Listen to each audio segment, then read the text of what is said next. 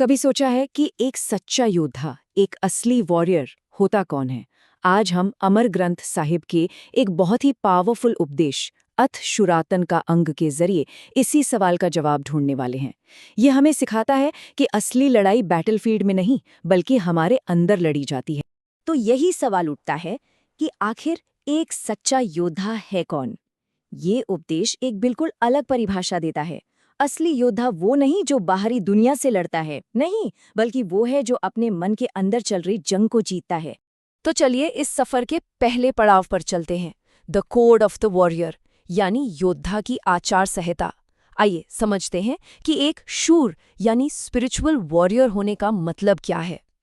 तो ये शूर है कौन? देखिए, ग्रंथ साफ साफ बताता है कि शूर एक आध्यात्मिक योद्धा है, एक स्पिरिचुअल वॉरियर, जिसकी जंग दुनिया से नहीं बल्कि खुद की कमजोरियों से है। ये पूरी तरह से एक अंदर की लड़ाई है। और इसी बात को समझाने के लिए एक बहुत ही कमाल का दोहा है। ये एक योद्धा के सबसे बड़े गुण को दिखाता है, उसका अटूट संकल्प।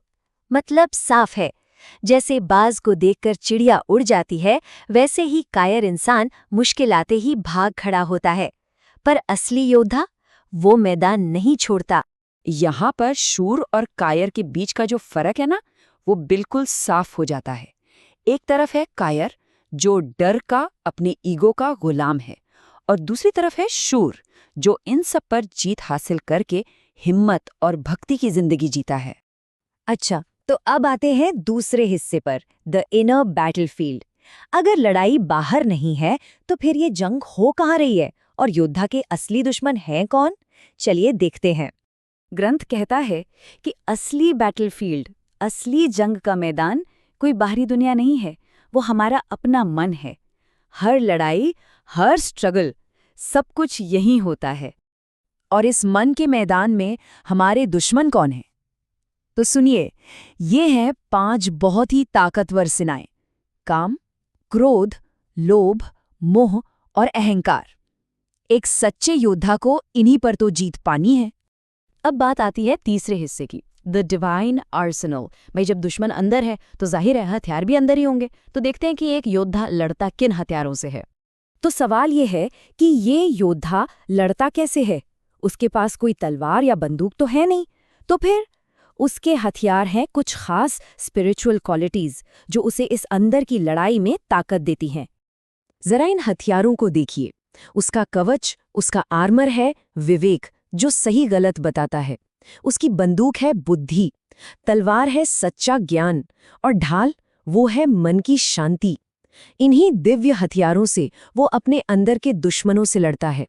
लेकिन एक बात याद रखने वाली है, योद्धा अकेला नहीं है, उसे ऊपर वाले की मदद मिलती है। पर उसका दुश्मन भी कोई छोटा मोटा नहीं है। उसके सामने काल यानी मौत और भ्रम की एक बहुत बहुत बड़ी सेना खड़ी है। और ये सेना कितनी बड़ी है? ग्रंथ के हिसाब से योद्धा को यम के 14 करोड़ दूतों का सामना करना पड़ता है। सोचिए जरा, 14 करोड़! ये आंकड़ा ही बताता है कि ये लड़ाई कितनी मुश्किल और कितनी बड़ी है। सच में ये एक महायुद्ध है। और अब आते हैं आखिरी अध्याय पर, शाश्वत विजय, द इटर्नल विक्ट्री। भाई, हर युद्ध का अंत तो होता ही है। तो चलिए जानते हैं कि इस लड़ाई को जीतने वाले को मिलता क्या है। जीत का रास्ता बिल्कुल साफ है, अटूट भक्ति और अपने आध्यात्मिक हथियारों का लगातार इस्तेमाल। इसी के दम पर एक शूर, एक योद्धा भ्रम और मौत की ताकतों को बिखेर देता है और जीत हासिल करता है। और इस जबरदस्त जीत का नाम क्या है? कोई दुनियावी चीज नहीं, बल्कि जन्म और मृत्यु के चक्कर से ही आजादी, कर्मों के बंधन से मुक्ति, और आखिर में सतलोक यानी उस सच्चे अमर घर में एंट्री जो हमेशा के लिए है। ग्रंथ में ना बार बार एक ही बात पर जोर दिया गया है कि इस रास्ते पर सबसे बड़े गाइड, सबसे बड़े गुरु कबीर हैं। ये दोहा भी यही कहता है कि कबीर की भक्ति के बिना और कोई ठिकाना, कोई शरण है ही नहीं। तो इस पूरे उपदेश का सार, इसका निचोड़ यही है कि ये जो योद्धा का रास्ता है, उसकी लड़ाई है और उसकी जीत है, ये सब कुछ उसी परम शक्ति कबीर से ही आता है। वही इस ज्ञान के, इस रास्ते के असली सोर्स हैं। तो देखिए, ये जो सदियों पुराना ज्ञान है, ये हमें अपने अंदर के डीमन से लड़ना सिखाता है। अब जरा सोचिए, आज की इस मॉडर्न लाइफ में, इस भागदौड़ भरी जिंदगी के बैटलफील्ड में, जहां हम रोज स्ट्रेस, एंजाइटी जैसी लड़ाइयां लड़ते हैं, हमारा सबसे जरूरी, सबसे ताकतवर हथियार क्या हो सकता है? इस पर सोचिएगा जरूर।